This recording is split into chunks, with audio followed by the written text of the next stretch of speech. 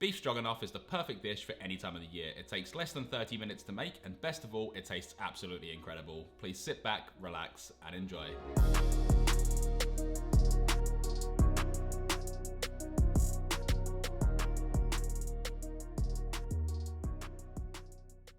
Alright guys, let's start this off by talking about our meat. Here I have two 250 gram or 8.8 ounce Scotch fillet steaks, which are otherwise known as boneless ribeyes, and with these, let's slap them onto our bench and beat them with a meat mallet, which is going to soften the fibers, making it even more soft and tender than it already is. Once that's done, come through with a sharp knife and slice these into good sized strips, roughly 1 to 1.5 centimeters in thickness, but not too thin, otherwise the beef will overcook very quickly. Also, if you have quite a fatty cut of beef, you can choose whether or not to trim that fat off, but in my opinion, it's best to leave it on for even more flavour. The next ingredient is 350 grams or 12.3 ounces of Swiss brown mushrooms, which are the mushrooms I used in my mushroom sauce recipe, and with these, just slice them into thick, even sized pieces, just until you have all of this and there's not much room left on your bench. Now to get this cooking, place a large pan onto your stovetop over a high heat, and straight away add in 2 tablespoons or 28 grams of unsalted butter, allowing it to melt just until you start to see it brown off. Then add in half of the sliced steak and working quickly spread it out so it isn't all on top of one another, and sear this for 45 seconds on each side. Depending on the size of your pan, you can do this in one batch, but we do want a good browning on this, which won't be achieved if the steak is overcrowded. After 45 seconds on each side and the steak has a nice sear on it, it can then be removed from the pan and placed onto a plate or in a bowl and set aside for later on in the recipe. Now whilst the pan's still hot, add in another 2 tablespoons or 28 grams of unsalted butter, and this time add in 1 diced brown onion. With this, we're just going to saute it for 2 minutes, stirring regularly, and during this time the onion is going to start pulling up that steak flavour left behind in the pan, which is going to make the final product taste incredible. 2 minutes later, let's add in the sliced Swiss brown mushrooms if they want to come out of that bowl, and continue sauteing for 5 minutes, again stirring regularly. I will also say that don't worry if this does start to look a little bit dry, as mushrooms can absorb and hold so much moisture, and once they start to cook, they'll start releasing that moisture. 5 minutes later, add in 1 tablespoon or 20 grams of Dijon mustard to give this a nice tang, along with 1 teaspoon or 5 grams of sea salt flakes and 1 teaspoon or 10 cracks of black pepper. Then simply mix this all through just until everything is really well coated in that mustard.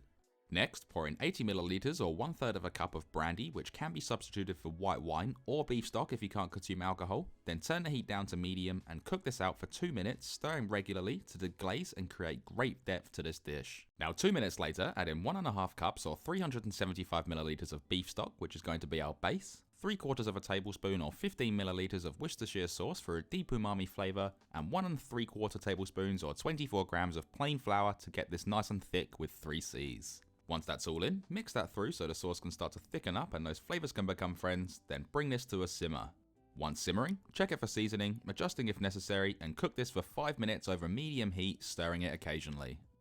Okay, so this has now been 5 minutes, and what we want to do is turn the heat down to low and add in 3/4 of a cup or 140 grams of sour cream, along with the seared steak, making sure to scrape down all of those additional flavours left on the plate or in the bowl.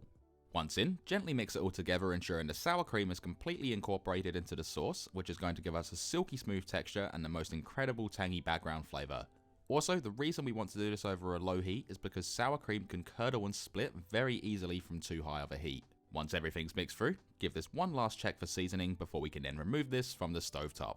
Now serving this up, you're probably thinking where did that pasta come from, and the reason I didn't show it is because this can be served with a range of different meals. One of my personal favourites is my brown butter garlic mashed potato, which I'll leave a link to in the description below, but you can also serve this with rice, roasted or steamed veggies, as well as loads of different salads. If you wanted to serve this up how I'm doing it, I'm using pappardelle pasta, just coated it in that sauce, then topping it with those delicious mushrooms and steak, sprinkling over some roughly chopped flat leaf parsley for contrast and freshness, cracking over some black pepper for an amazing finishing touch, and then how good does that look? We've got these beautifully cooked Scotch fillet steaks and those delicious Swiss brown mushrooms all coated in an incredible and rich tangy beef stock sauce, which then leaves us with the best part about all of this, and that is, we can then dig in.